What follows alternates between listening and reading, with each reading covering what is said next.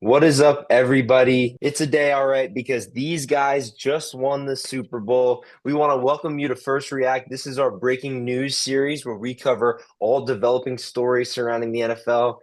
And man, is this a story? Man, is this a story? Peyton Dunn is on the other line with me. Peyton Dunn, how's it going? I'm doing good, man. I had a blast last night, but I think you had a lot more fun than I did. What a game. What a win. What a team. This was a good one. Happy for the Hawks for sure. This team is unbelievable. One of the best defenses, like Peyton said, we've seen in a long time. And to close the book in the season, it's sad, but what a way to end it for a Seahawks fan like me and really just the NFL in general. I think the NFL really won this year, not having, a dynasty win it, not having, the usual suspects. We had the Seattle Seahawks win it. Nobody was expecting it. And we're going to Mm. get into the game right now. And Pete, I want you to talk to me about your biggest takeaway from the game. I think we knew that it was going to be a defensive shootout, or I guess just a defensive match, the opposite of a shootout. But I didn't think that it was going to be this one-sided. The scoreboard truly didn't do it justice just how much of a chokehold that the Seahawks defense had on the Patriots offense. I mean, when you have guys like Will Campbell have a the worst game of the season, like you have a lot of those guys on that offense that got nothing done. I knew these defenses were going to play well. And the script was, I mean, we really nailed the script. We knew that like the Seahawks were the not going to have to put up 45 points to win this game. And they did what they needed to. They got the points on the board. The kicker came in clutch. If out, I thought he was going to win MVP. I mean, 15 points for a kicker in the Super Bowl, that's pretty clutch. Like they got the job done. The offense did what they needed to. And this defense just and they showed out. Like it was absolutely incredible watching this defense go to work yesterday.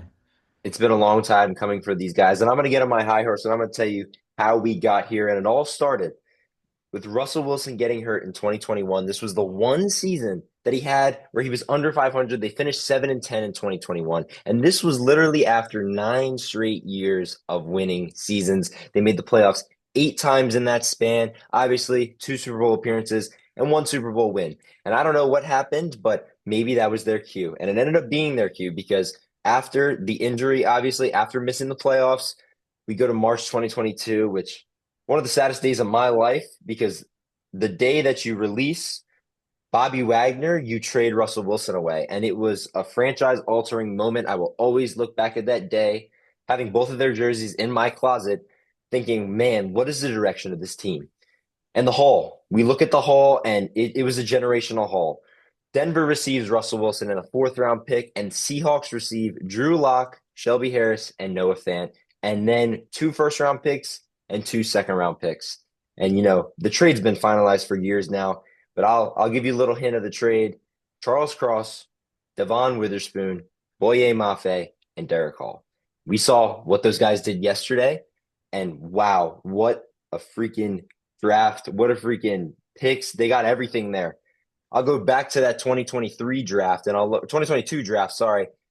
Charles Cross, Boye Mafe, Kenneth Walker, Abraham Lucas, Kobe Bryant, and Tariq Woolen in that same draft. We'll go to 2022, where Geno Smith leads this team, the big comeback player of the year, to the playoffs at 9-8. They lose to their rivals, the Niners. And 2023, what happens? Well, they come out firing in the draft. They take franchise cornerstones, Devon Witherspoon and JSN, those two first round picks that year. They also took Derek Hall and Charbonnet later. And we go through the 2023 season, and it was another 9-8 season. They just missed the playoffs. Big thing, though, at the deadline, they brought in Leonard Williams, and that's going to come into a factor very soon, and you'll see why. We'll move to 2024, and they fire Pete Carroll. They fire Pete Carroll, franchise altering moment once again, and they bring in Mike Macdonald. And Mike Macdonald brings his boys in. He brings in all these different guys to come with this Seahawks team. And what do? They go 10-7 last year, 10-7, and they missed the playoffs. They ended up bringing in Ernest Jones on the deadline. That's another deadline acquisition that paid off. And in their draft, they drafted Byron Murphy and AJ Barner, the big ones. Then we look to the 2025 offseason, and they fire their first year coordinator, Ryan Grubb, because of run play discrepancies. Always thought that was interesting. Well, who do they bring in? They bring in Clint Kubiak. Who else do they bring in? Well, before we get to anywhere, they release their franchise cornerstone wide receiver, Tyler Lockett. They trade Geno Smith for a third round pick, and they trade DK Metcalf for a second round pick. Those two picks became Nicky Manwari and Jalen Milrow.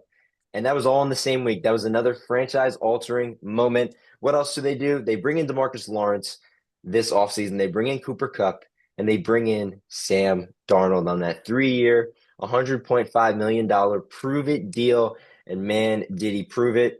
Some other things, deadline acquisition, Rashid Shaheed, another Pro Bowler. You look at those three deadlines, the last three deadlines, John Schneider, you go Leonard Williams, All Pro, Ernest Jones, All Pro, and Rashid Shaheed, Pro Bowler. Oh my goodness. What a masterclass. You have 6 wins versus playoff teams this year. You roll through the NFC in the juggernaut division of the West. And Sam Darnold, man, he silences all the haters. He might have led the league in turnovers, but what did he do in the playoffs? He did not turn the ball over once. They get the first round bye. They ended up demolishing San Francisco on the first play of the game with the Rashid Shaheed touchdown. And then they beat their division rivals, the Rams, in that close game in the MVP Stafford. And then what do? They walk straight into Levi Stadium in the home of their rivals, and they get it done. And they get it done. What an unbelievable season. And we look at the 2025 draft, which was this year's most recent draft. And I'm going to name some guys: Gray Zabel, Nicky Manwari, Elijah Arroyo, Jalen Milrow, Riley Mills, first sack yesterday. Mm. Unbelievable. Torrey Horton, he was hurt, but he had a great start to the year. Robbie Oots, another guy. All 7 of their first round pick, or the first 7 picks this year were hits. And not to mention, they had the cheapest offense in the NFL, $60 million for this offense that you're looking at holding the trophy. I can't believe that this has happened. This has been an unbelievable turnaround. Hearing that story, hearing, the timeline and the blueprint, how should NFL teams model what the Seattle Seahawks have done? This is a absolute masterclass of general managing and team building and team construction. Like this is what the idea of being so aggressive, not only in trading away players, but getting your hands on players who you're drafting, getting a hold of picks. Like this is, I mean, the firing of like your coach, like that was there for such like all of these things were a perfect representation of what it means to be like what's the right way to phrase it? Like calculated aggressive. That's what they did, and it worked. And like when it clicks, it works so well. Like these are guys like coming into this season, like Zabel, like question marks. Didn't play a lot of good competition in college, right? Eamon Wari, great athlete, wasn't a very smart football player last year. Didn't show a lot of football IQ. Like all of these guys they drafted, they had a plan with them. They got aggressive with them, and they knew like I'm gonna get you in. I know what I'm gonna do with you, and you're gonna work. And they worked, and they worked really well. The trade deadlines you hit on it with the deadline stuff killed it every time. Like every aspect of team building, this organization has continued to succeed and succeed and succeed. And these franchises, you asked me what these franchises need to learn from it. This is what, 3 years, 4 years of success that looks good now. It didn't always result in a Super Bowl immediately, right? And these organizations need to understand that this is a process. You don't build a team overnight. The team that built a team overnight, went to the Super Bowl and lost. But like that what you do is you gradually build towards that goal, and now they have a Super Bowl ring.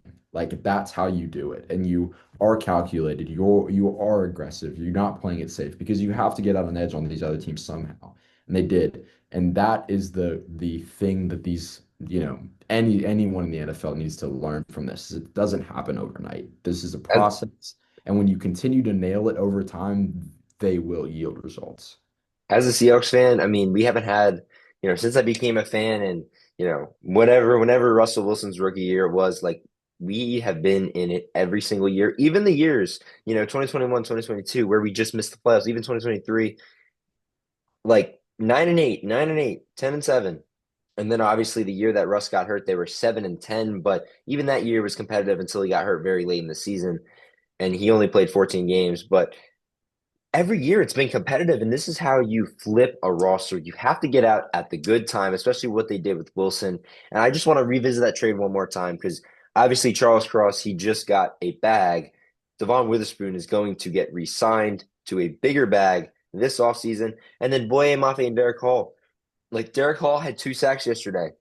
Devon Witherspoon had the 2 sacks and then basically forced the interception that was taken Yeah. back for a touchdown. Boye Mafi's been there all year. Charles Cross has been the rock on the offensive line, even during the years it struggled. It's just unbelievable assembly of these guys, and it really comes down to Mike McDonald. The Ravens, how did you let him leave your building? This dude was a mastermind, and he gives hope to us because he started off as an intern and he worked his way all the way up through the ranks, and that's obviously what we hope to do. But it all starts in the offseason, and I'm just going to say this, and this is terrifying, but the Seahawks have $73 million in cap in 2026, and they don't even have that many free agents. I'll read you the free agents. Obviously, JSN and Witherspoon are going to go into year 4. Obviously, you can pick up their 5th-year contracts. The priority is going to be to get them done, especially with JSN because, especially in the wide receiver market, you want to get that done. But Witherspoon is a 3-time Pro Bowler. You need to get that done also. But the big guys really on the list, Kenneth Walker, and we'll talk about him in a second.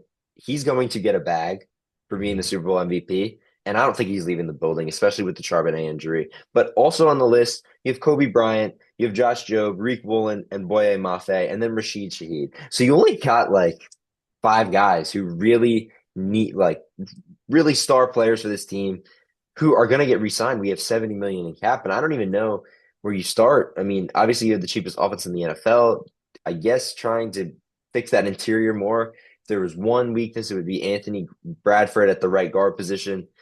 But man, P Dunn, what is the Seahawks team as we move into the offseason?